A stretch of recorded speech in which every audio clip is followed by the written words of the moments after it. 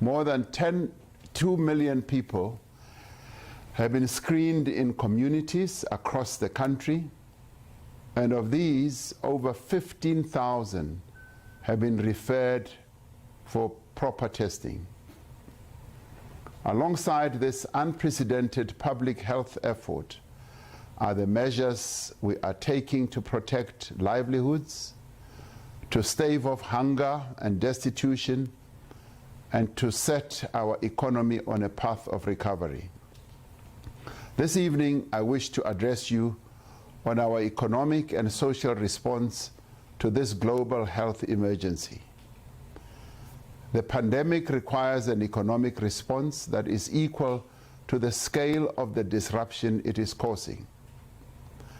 Our economic response can be divided into 3 phases. The first phase began in mid-March when we declared the coronavirus pandemic as a national disaster. This included a broad range of measures to mitigate the worst effects of the pandemic on business, on communities, and on individuals. The measures included tax relief, the release of disaster relief funds, emergency procurement, wage support through the UIF, and funding small businesses. We are now embarking on the second phase of our economic response to stabilize the economy, address the extreme decline in supply and demand, and to protect jobs. As part of this phase, we are announcing this evening a massive social and economic support package of 500 billion rand, which amounts to about 10% of our GDP. The third phase is the economic strategy we will implement to drive the recovery of our economy as the country emerges from this pandemic. And central to the economic recovery strategy will be the measures we will embark upon to stimulate demand and supply through interventions such as substantial infrastructure build program, the speedy implementation of economic reforms, the transformation of our economy, and embarking on all other steps that will ignite inclusive growth in our economy. We will outline this in the days to come. Over the past few days, we have been in consultation with various stakeholders. We've met with business, labor, and community constituency in Nedlek. We've met with our premiers, MECs, and metro mayors, and with the members of the Presidential Economic Advisory Council. Following these meetings, Cabinet considered various proposals and finalized the social relief and economic support package that stands at the center of the second phase of our economic response. This involves, firstly, an extraordinary health budget to respond to the coronavirus pandemic. Secondly, the relief of hunger and social distress. Thirdly, support for companies and workers. And fourthly, the phased reopening of the economy. The impact of the coronavirus requires an extraordinary coronavirus budget of around 500 billion rand to direct resources towards fighting the pandemic. This will include the reprioritization of around 130 billion rand within our current budget. The rest of the funds will be raised from both local sources, such as the Unemployment Insurance Fund, and from global partners and international finance institutions. To date, the World Bank, the International Monetary Fund, the BRICS Bank, the New Development Bank that is, and the African Development Bank have been approached and are working with the National Treasury on various funding transactions. Some of these institutions have created financing packages that are aimed at assisting countries that are having to address the coronavirus crisis like us.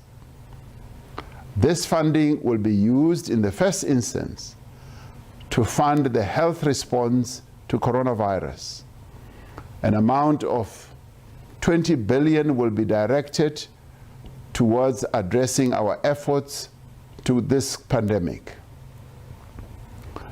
If we are to successfully manage the anticipated surge in cases and ensure that everyone who needs treatment receives it, we must provide for additional expenditure on personal protective equipment for health workers, community screening, an increase in testing capacity, additional beds in field hospitals, ventilators, medicine, and staffing. The nationwide lockdown has had a negative impact on the revenue of municipalities at a time when the demands on them are increasing. Additional funding of 20 billion rand will therefore be made available to municipalities for the provision of emergency water supply, increased sanitation for public transport as well, and other facilities. But they'll also be able to provide food and shelter for the homeless. Details will be announced in the adjustment budget tabled by the Minister of Finance. Another significant area that requires massive additional expenditure is the relief of hunger and social distress in our communities across the country. While we have put in place measures to protect the wages of workers in the formal economy and have extended support to small, medium, and micro-sized businesses, millions of South Africans in the informal economy and those without employment are struggling to survive. Poverty and food insecurity have deepened dramatically in the course of just a few weeks. To reach the most vulnerable families in our country, we have decided on a temporary 6-month coronavirus grant. We will direct 50 billion rand towards relieving the plight of those who are most desperately affected by the coronavirus. This means that child support grant beneficiaries will receive an extra 300 rand in May, and from June to October, they will receive an additional 500 rand each month. All other grant beneficiaries will receive an extra 250 rand per month for the next 6 months. In addition, a special COVID-19 social relief of distress grant of an amount of 350 rand a month for the next 6 months will be paid to individuals who are currently unemployed and who do not receive any other form of social grant or UIF payment. The Department of Social Development will issue the requirements needed to access and the application for this funding. We recognize that food distribution capacity of the government is not adequate to meet the huge need that has arisen since the start of the epidemic. The South African Social Security Agency, SASSA, will within days implement a technology-based solution to roll out food assistance at scale through vouchers and cash transfers to ensure that help does reach those who need it faster and more efficiently. In addition, to fill the immediate need, the Department of Social Development has partnered with the Solidarity Fund, NGOs in our country, and community-based organizations to distribute 250,000 food parcels across the country over the next 2 weeks. We are deeply disturbed by reports of unscrupulous people who are abusing the distribution of food and other assistance for corrupt ends. We will not hesitate to ensure that those involved in such activities face the full might of the law. While there are several interventions that already exist within government to deal with the extremely high unemployment, such as the expanded Public Works Program and the Community Works Program, these are not enough. The coronavirus will lead to many people losing their jobs.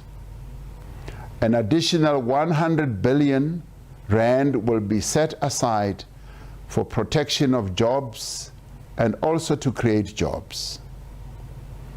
Since the declaration of a state of national disaster over a month ago, government has put in place a range of measures to support workers' wages and assist companies in distress. By the end of May, the UIF's special COVID-19 benefit has already paid out 1.6 billion rand, assisting over 37,000 companies and 600,000 workers. 40 billion has been set aside for income support payments for workers whose employers are not able to pay their wages. We continue to provide assistance in the form of loans, grants, and debt restructuring to SMEs, to spaza shop owners, and other informal businesses. The value of this assistance to date is over 100 million rand. An additional amount of 2 billion rand will be made available to assist SMEs and spaza shop owners and other small businesses. The IDC facility to support companies to procure or to manufacture personal protective equipment has been utilized in the past few weeks with finance of 162 million rand approved to date. Other forms of support have been extended to artists, to athletes and technical personnel, as well as to waste pickers and public works participants in the environmental sector. While these measures are providing obvious relief to many companies and workers, it is clear that there is a far greater need across the entire economy. We will therefore be introducing a 200 billion loan guarantee scheme in partnership with the major banks in our country, the National Treasury, and the South African Reserve Bank. This will assist enterprises with operational costs, such as salaries, rent, and payment of suppliers. In the initial phase, companies with a turnover of less than 300 million rand a year will be eligible to participate in the scheme. It is expected that the scheme will support over 700,000 firms and more than 3 million employees through this difficult period. A number of the banks are already prepared to roll out the product before the end of the month. Government is also working on additional support measures for vulnerable and affected sectors like the taxi industry. In addition to existing tax relief measures, we will also be introducing a 4-month holiday for companies' skills development levy contributions, fast-tracking VAT refund payments, and a 3-month delay for filing and first payment of carbon tax. To assist a greater number of businesses, the previous turnover threshold to tax deferrals is being increased to 100 million rand a year, and the proportion of pay-as-you-earn payment tax that can be deferred will also be increased to 35%. Businesses with a turnover of more than 100 million a year can apply directly to SARS on a case-by-case basis for deferrals of their tax payments. No penalties for late payments will be applicable if they can show they have been materially negatively impacted in this period.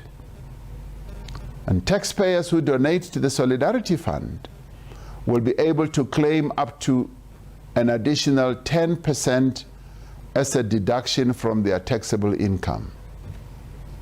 In total, these tax measures should provide at least 70 billion rand in cash flow relief or direct payments to businesses and individuals. And the Minister of Finance will provide further details on the above and other tax-related announcements. In the implementation of all these measures, we are determined to ensure that women, young people, and persons with disability receive particular attention and support. The South African Reserve Bank has also made an important contribution to support the real economy. In line with its constitutional mandate, it has cut the repo rate by 200 basis points, in effect unlocking at least 80 billion rand in the real economy, and taking other steps to provide additional liquidity to the financial system. Several commercial banks and insurance companies have also assisted the economic relief effort by, among other things, delaying or reducing installment payments, providing debt relief, and waiving bank fees for grant beneficiaries. The fourth area on which Cabinet has resolved is the phased reopening of the economy. We will follow a risk-adjusted approach to the return of economic activity, balancing the continued need to limit the spread of the coronavirus with the need to get people back to work. As I have said previously, if we end the lockdown too soon or too abruptly, we risk a massive and uncontrollable resurgence of the disease. We will therefore follow a phased approach guided by the best available scientific evidence to gradually lift the restriction on economic activity. As we do so, we remain firm in our resolve to contain the transmission of the virus. We will therefore need to act with agility and flexibility in the weeks and months ahead and respond to the situation as it develops. On Thursday, I will address the nation on the measures that will be taken beyond the nationwide lockdown to reopen the economy. This crisis will not last forever, and the day will come when these measures are no longer needed. Until then, however, we must ensure that all our people receive adequate support. The scale of this emergency relief program is historic. It demonstrates that we will not spare any effort or any expense in our determination to support our people and protect them from harm. We will and we must do whatever it takes to recover from this human, social, and economic crisis. Our country and the world we live in will never be the same again. We are resolved not to merely return our economy to where it was before the coronavirus, but to forge a new economy in a new global reality.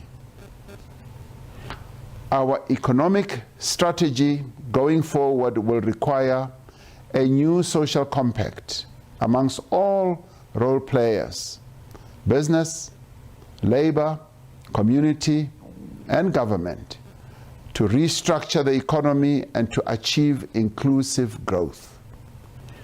Building on the cooperation that is being forged amongst all social partners during this crisis, we will accelerate the structural reforms required to reduce the cost of doing business, to promote localization and reindustrialization of our economy, to overhaul state-owned enterprises, and to strengthen the informal sector. We will forge a compact for radical economic transformation that ensures that advances on the economic position of women, youth, and persons with disabilities, and that makes our cities, our towns, our villages, and our rural areas vibrant centers of economic activity. Our new economy must be founded on fairness, empowerment, justice, and equality. It must use every resource, every capability, and every innovation we have in the service of the people of this country. Our new economy must open up new horizons and offer new opportunities to all South Africans. Over the past month, South Africans have opened their hearts to each other. Even at this moment, when such great sacrifice is demanded of us, we look to a better future with optimism. Even as we find ourselves at a moment of great peril and danger, even as great sacrifices are demanded, even as we dare not allow our vigilance to waver, we look ahead to a better future. I have faith in the strength and the resilience of ordinary South Africans who have proven time and time again throughout our history that they can rise to any challenge that is presented to our country. We shall recover, we shall overcome, and we shall prosper. May God bless South Africa and protect her people. I thank you.